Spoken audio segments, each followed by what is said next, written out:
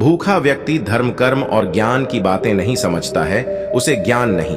सबसे पहले खाना देना चाहिए। गौतम बुद्ध से जुड़ा एक किस्सा है जिसमें बुद्ध के उपदेशों की वजह से उनके सभी शिष्य भी मानवता के मार्ग पर चल रहे थे। सभी शिष्य जरूरतमंद लोगों की मदद करने में पीछे नहीं हटते थे। ऐसे ही कुछ शिष्यों को एक दिन रास्ते में भूखा भिखारी दिखाई दिया।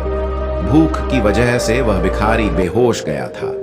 उसके आसपास कई लोग इकट्ठा हो गए थे, लेकिन कोई उसकी मदद नहीं कर रहा था। बुद्ध के एक शिष्य ने कहा कि अगर ये यहीं पड़ा रहा तो मर जाएगा।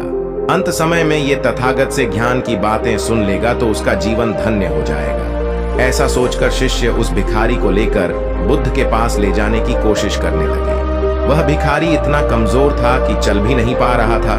तब एक शिष्य बुद्ध के पास पहुंचा और उस भिखारी की बात बताई। बुद्ध तुरंत ही उस बेहोश भिखारी के पास पहुंच गए। बुद्ध को देखकर शिष्यों ने कहा कि यह व्यक्ति मृत्यु के निकट है, आप इसे ज्ञान की कुछ बातें बता दीजिए ताकि इसका जीवन धन्य हो जाए।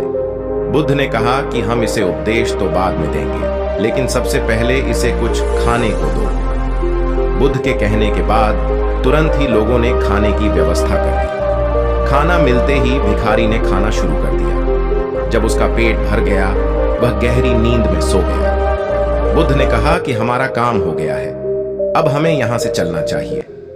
शिष्यों ने और आसपास खड़े लोगों ने बुद्ध से कहा कि यह कैसा मूर्ख है, खाना खाकर सो गया।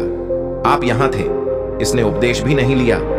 बुद्ध ने कहा कि कोई बात नहीं, ये कई दिनों से भूखा था, भूख की वजह से कमजोर हो गया था। इसके लिए सबसे बड़ा उपदेश यही है कि भूखे व्यक्ति को धर्म, कर्म और ज्ञान की बातों से कोई मतलब नहीं होता है। सबसे पहले भूखे का पेट भरना चाहिए। अगर कोई व्यक्ति भूखा है तो वह धर्म का मर्म नहीं समझेगा। तुम लोग यही भूल कर रहे थे। सबसे पहले इसे खाना देना था, इसके बाद ही ये धर्म की कोई बात समझेगा। हमें आसपास जहां भी जरूरतमंद लोग दिखाई दें, उन्हें खाना जरूर खिलाना चाहिए। यही आज का उपदेश है।